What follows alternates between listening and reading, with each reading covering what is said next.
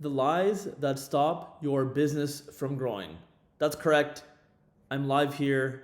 I guess I'm not live because this is a recording, but I'm here at my new house, new office. And as you can see behind me, there are boxes everywhere. There's furniture. I don't have my proper mic. It's probably pretty echoey. My camera, it's not a bad camera, but it's not the one I usually use. And so um, I was telling myself, hey, you know what? Like I record a video once a week, and it's usually on a Tuesday. And I said, oh, you know what? I'll just record it after I set up the office. After I set up the office. That's not going to take an hour. It's going to take more than an hour. That's going to take a while. And it's kind of one of those things that's never going to be finished. So, yes, I thought, okay, maybe they'll think the background sucks, or that my voice is echoey, or that light might be shining in your face and it's going to ruin the experience. But then I realized, you know what? Like at the end of the day, you won't care about my background or any of these things I just said if you're getting value from the video and what I'm sharing. And if you feel like at the end of this video that your business and you are better like prepared mentally to go into business and to improve your day-to-day in your business operations. So today, I want to go through the lies that stop your business from growing. I got 6 lies that we tell ourselves that stop our business from growing. And then I expand on one of them at the end. So if you stay till the end, you'll hear some tips on how to create a strong environment and a culture. Okay? So stick around till the end for that. Okay, so the lies that stop your business from growing. Number 1, I'm not worthy. I'm not worthy. So this is mindset, obviously, like, that little voice in the back of your head saying, I'm not worthy. I don't deserve to have a big business. I don't deserve to grow. And usually stems from a lot of factors: how we're raised, our environment, sometimes like our parents, what they told us, the behaviors and the patterns and the habits that we adopted from them. And if you're in your 20s, you're probably shaking off some of those habits from your younger years and trying to figure out those new habits. And you're kind of like in this like, who am I? Am I worthy type stage? And then as you get into your 30s, a little bit more confidence, and 40s and so on. But I mean, this is not age dependent. You could be at any stage of your life for business, and you could be telling yourself, I'm not worthy. And it happens to everybody to different degrees. So this is the number 1 lie. I put this first on purpose because I think without figuring this out, you're going to be stuck, right? You are worthy. You just have to provide value to the marketplace. People don't care about you or me. They care about the value that their product or service provides, right? Like this video. You could click away at any time. And some of you already have. Wait a second, you're not hearing this if you have. But if you're still here, right? You're here because you feel like you're getting value, right? And that you want to continue on this journey of the lies that you tell yourself. So, I'm worthy, you're worthy. Make sure your product and service that you provide to the marketplace is of worth and provides value to your customers. Okay, number 2 lie that stops your business from growing. I'm not good enough. I'm not good enough. So you might be thinking, hey, Riaz, this is the exact same thing as I'm not worthy. Here's the difference. Being good enough is a spectrum of bad and good. Worthy is like either you feel worthy or you don't, right? That you deserve. Good enough, you might not be good enough. That's okay. You might be good enough. You might be great enough, and the voice in your head is telling you that you're not good enough.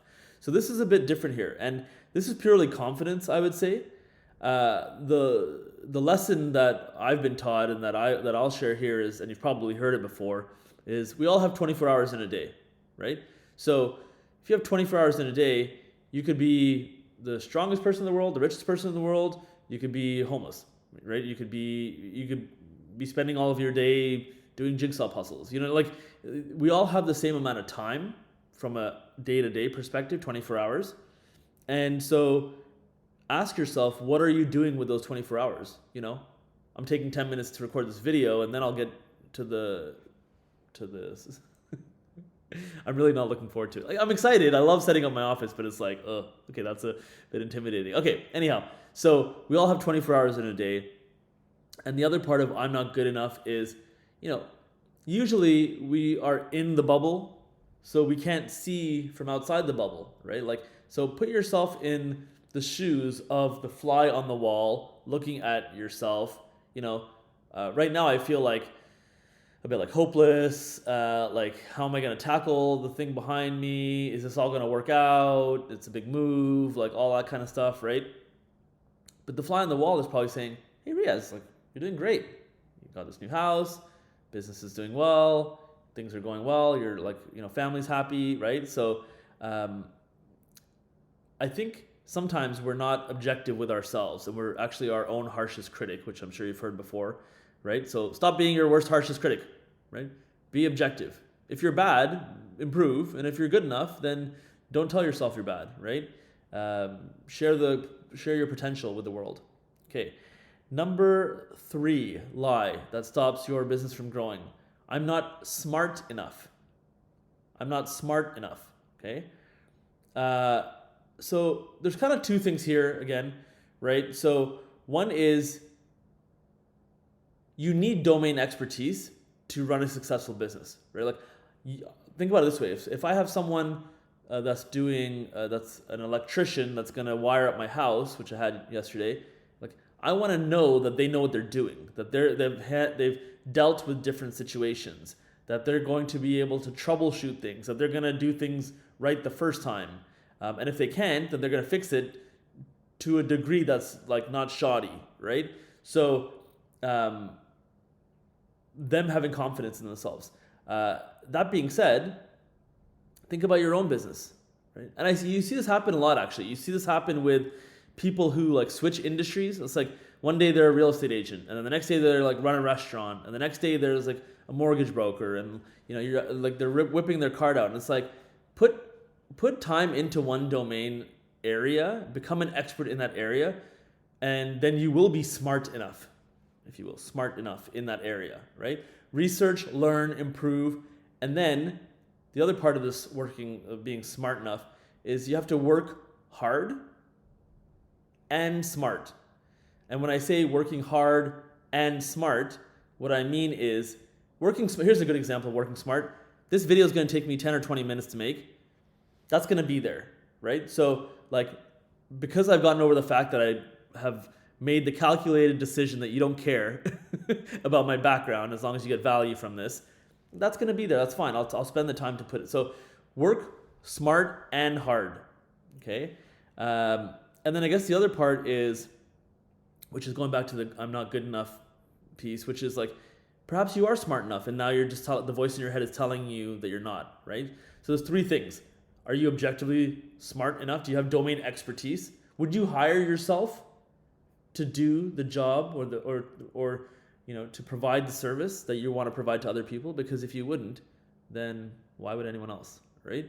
In my world, digital marketing. I've been doing this for 20 years. Like, since Google ads first started, since Facebook's first started. Like, I've been running ads, I've been selling ads, I've been, optimizing, getting results, been in sales. I understand the sales side of it once you get marketing, right? So I say that not to like beat my chest, but to be like, hey, you know what? Like, when people do business with us, they can trust that it's going in the right hands, their hard-earned dollars, that we're gonna treat their ad spend with respect, as if it's our own.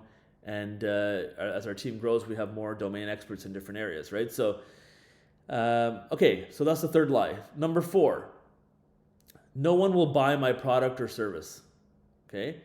So, assuming that you've taken care of the previous point, which is making a product or service of value, and providing it in a smart way, having expertise in your area, making a good product, solid product. The next piece is this: sometimes we have this lie that we tell ourselves that our product or service is subpar. Now, I'm not saying. I've also seen the flip side of it. Like, people lie to themselves and be like, "Oh, I have the best product ever," and then you're like, it's happened a few times where like I've hired someone and they had like great ratings, they were like widely recommended, and then it's like it was a bit like, oh, Like they don't even have a process for that, or they don't even, like it was just a bit, shaky.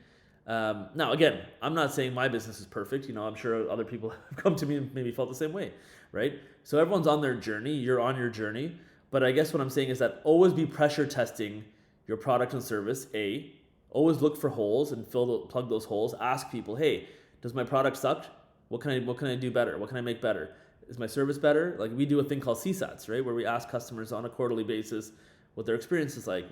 How can they improve? And those improvements not only help them, they help us, right? Like it definitely helps us in terms of how we turn feedback from customers into new initiatives and to new products and solutions that we sell, right? So listening to your customers.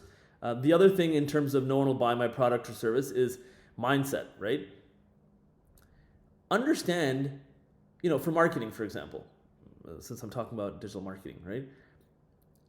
Every business needs marketing, digital marketing, right? Or some form of marketing. Every business needs attention and awareness and customers, right? And for their customers or prospects to understand what they do and what makes them different, right?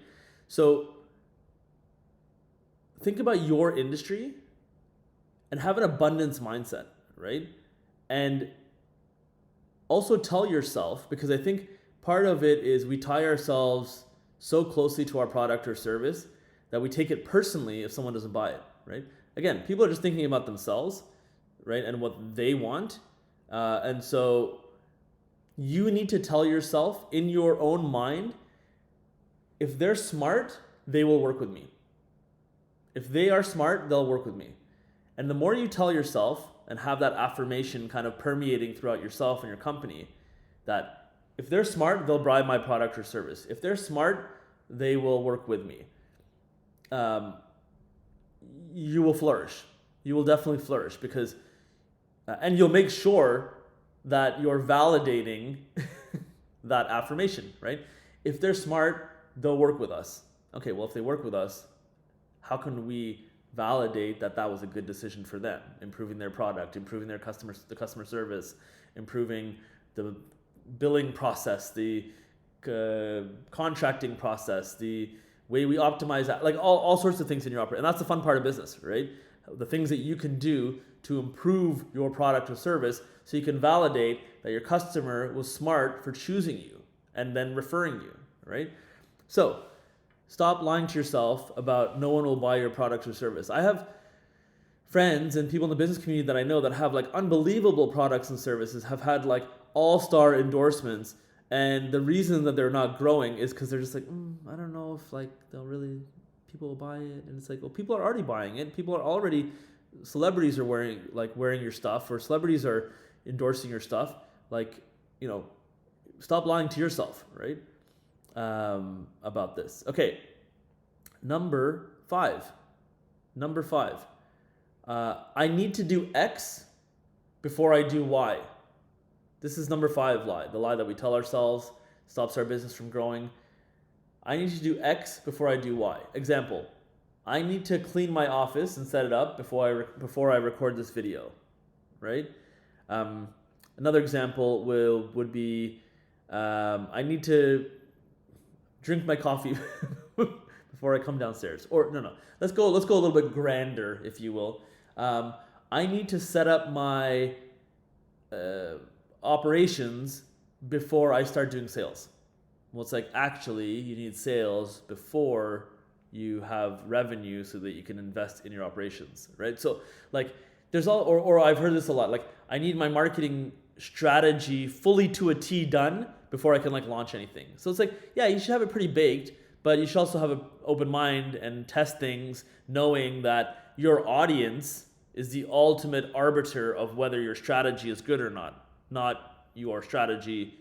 Like you could do a great strategy and spend years doing it, and then all of a sudden it doesn't work, right? When you hit the go button. So I've seen that happen a lot too.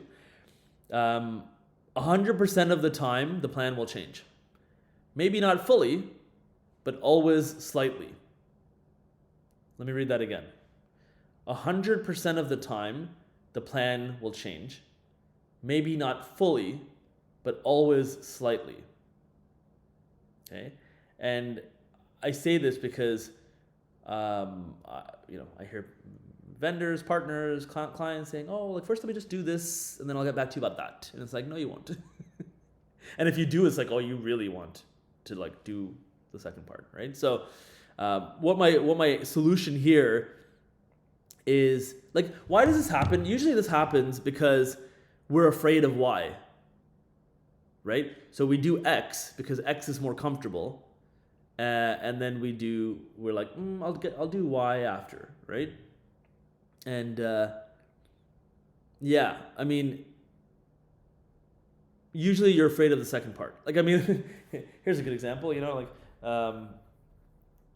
I'm afraid it's more comfortable for me to record this video than it is for me to clean the office back there, right? So it can work both ways. I'm procrastinating one way and the other way, but I guess the point is that watch out for yourself and be objective with yourself.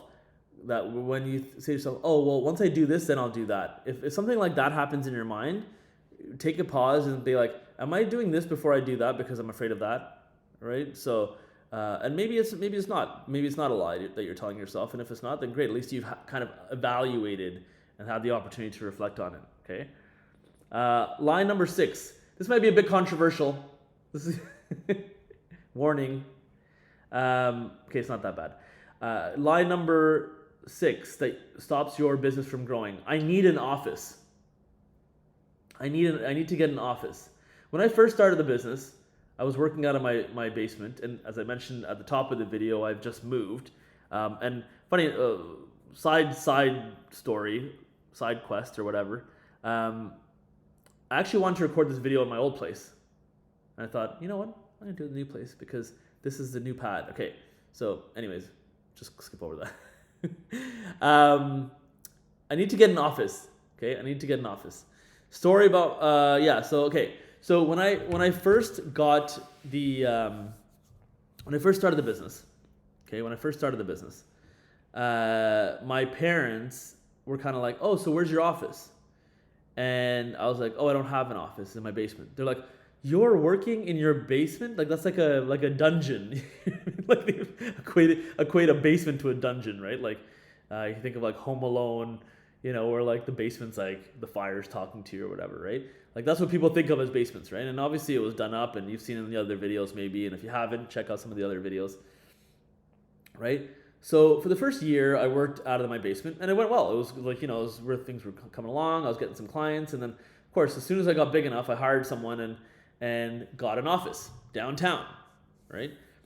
And the employee at the time was living in Canada, and I was living in Orleans. So for those of you that you don't know Ottawa, the city I lived in the far east end, and my employee at the time lived all the way in the west end, right? So we would commute to downtown and then work at the office, and and then we would commute home, right? Essentially, and I did this because I was always told, oh, you need an office to be a real business, right? And of course, yes, I posted it on social media and got a lot of likes, and I have an office, and my parents came by, and oh wow, like this is so nice. And after like a few months, I'm like, why am I doing this? Like, why am I traveling all the way, like 20 minutes, half an hour, and making someone else do that when everything we're doing is online? Our clients are, like we're virtual, like we can be virtual. We're doing everything online. Everything's in the cloud, right? So after a year, I was like, you know what? I'm not going to renew, and I'm gonna do this from home. This was like pre-COVID, right? So it wasn't even like because of COVID that we did this. And I continue so then we went through COVID, and of course we went on the offense, and people were trying to figure out work from home. And now COVID's come and gone, and people are going back to the office, and we're still at home. And I think it's a lie that we tell ourselves that, and some people need to be in an office. I get that, and I'm a social person. I need to have my calendar full, and the reason I've moved, actually not the main reason, but one of the reasons is to be more in the city, so I can meet up with clients and get out a little bit more, be more social, right? Which is one of the drawbacks of working remote, in-person social. But I don't believe that you need to have an office to run a great, successful, growing business. And so we got rid of the office, and here we are, right? So now it's been a few years later. So Here's a few tips on environment, because at the beginning I talked about, if you stick around till the end, we'll talk about environment. Environment's very important, right? Environment will make or break you as a person. It'll make or break your career, your livelihood, whether you get married or divorced, like all that stuff. Okay, and the reason I share this is because I can think back to the lowest points in my life where I was depressed and it was really bad. And the biggest thing that I did for myself was changing environments. That can have an immediate effect, right? Like who you are as like, of course, it's like nature and nurture and all that stuff, right? It's like who you are as a person. You have to fundamentally understand what your strengths and weaknesses are. That's fine, and what your quirks are and what annoys other people about you, and like everyone has that, right? But environment is something that you can change tomorrow that will completely change your life. I could go to the circus tomorrow, my whole life will change, right? Move house, whole life will change, right? So environment's so important. So, and I think this is one of the things that people think about when they say you need an office, right? Because your environment creates who you are, right? So I don't disagree with that, but I do believe that you can create an amazing environment and culture remote. Like if I think back to my old place, and I was kind of going to do one of these videos yesterday when I was there, but I didn't want to. And I was going to talk about like, you know what, like in this spot, I have laughed, I have cried, I've had babies born, I've had deaths in the family, I've hired people, fired people, won big clients, lost big clients, gotten awards, had people virtually spit at me, like all sorts of things, right? So like that can happen remotely, right? Now, I'm going to provide some tips here that apply in our business to ensure that we do have a strong culture and that we do have a good environment. Okay, so here's a bunch of tips on how to create a strong remote environment and culture for success, right? Number one, create water cooler moments. The problem with online working is that like either you're by yourself or you're like on a video call where there's like a very strict agenda. Try and find water cooler moments, right? We've done things like Water Cooler Wednesday. We do like happy hour. We play video games online together. We'll get together in person, of course. Other water cooler moments. We had Water Cooler Wednesday. I think I mentioned that. Even just like sidebar conversations. Hey, can you chat? Can you chat? Hi, can you chat? And it's like genuinely a chat. It's like there's no agenda, right? So create water cooler moments because that's the social part of it, right? We kind of like, bumping in the halls, the corridors of CDIO is kind of like how we allude and joke to it or about it, right? Number two, to create a strong environment remote. Cameras on, right? No one's like, you have to have your camera on. Like sometimes we are, but like it's part of the culture, right? Everyone has their camera on because if I was sitting with you in person, I wouldn't be able to like put a bag over my head, right? So cameras on, right? And for me, it's like I'll eat my lunch online. I'll do things that I would do offline, online. And the whole point of remote work is to like replicate offline, online, not to replace it, right? Not to like kick back and just like chill, right? Like, okay. Number three, talk to your team. Talk to your team. Sorry, that's my dog. I'm just gonna open the door, let her out there. Sorry if you bounce here. There you go. Okay. There you go. If you clicked away, or if you didn't click away, thank you for that. If you clicked away, then I deserve that. Okay. Talk to your team.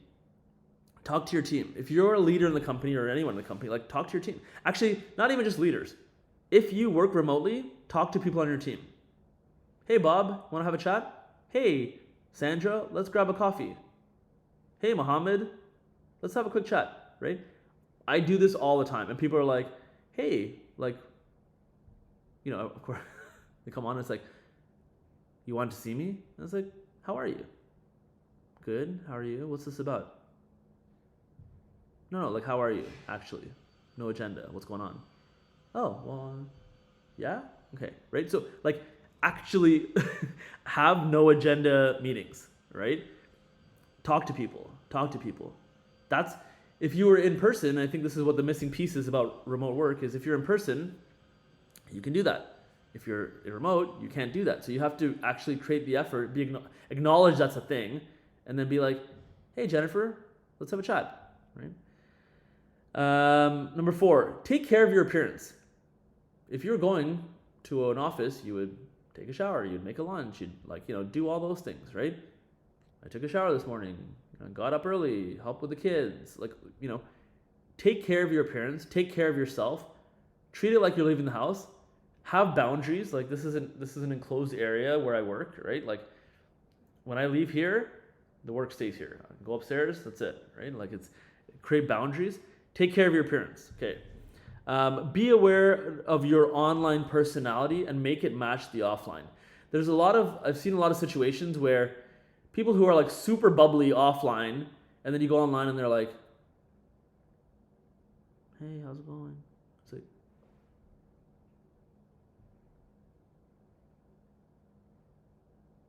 "You okay, Stacy?" "Yeah, everything's okay." Then you see Stacy in person. "Hey, Stacy here." And it's like, "Oh, Stacy, like, is everything all right?" Right? So if you're Stacy, like, be aware. Be aware, right? I've seen it both ways. Like people who are bubbly offline are like quiet online, or people who are like quiet offline or bubbly online. It's like I get that it's like we're different in different environments, but for me personally, this is what I do, which is I try and make sure that I am absolutely identical offline and online. Now, of course, there's going to be nuances. Like if we're in the same room, we can have 3 or 4 conversations at the same time with different people. Like it's not just one person talking. You can have dialogues, but like make the offline and online match, right? Now, I know you can't just force it, but like the lies that you tell yourselves are that you can't, right? Like, so figure out whatever barriers exist that prevent you from doing that. Be aware that other people are watching you. I think in real life, you realize that someone's standing right there and it's like, oh my God, there's someone right there, right? It's like, there's someone right there. Like you're watching me right now, right? Even though I'm by myself. I'm by myself in an empty room, right?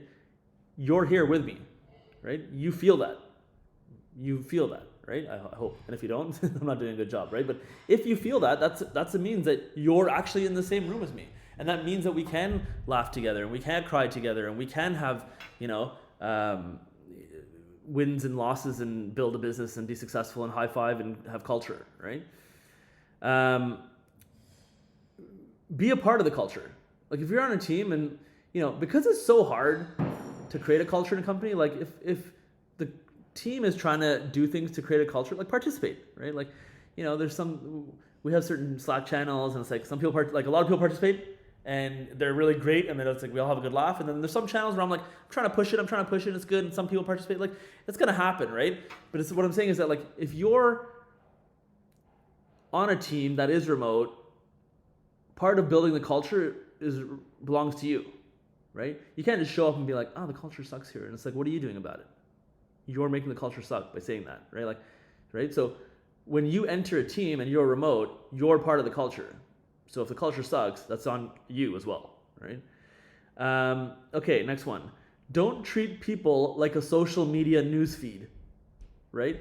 It's easy to scroll and click and look away from things, and it's like, look, this is looking at you, me, right now, right? Imagine I was doing this video and then I'm clicking away and I'm looking away, I'm answering an email, you know my eyes are skittish, right?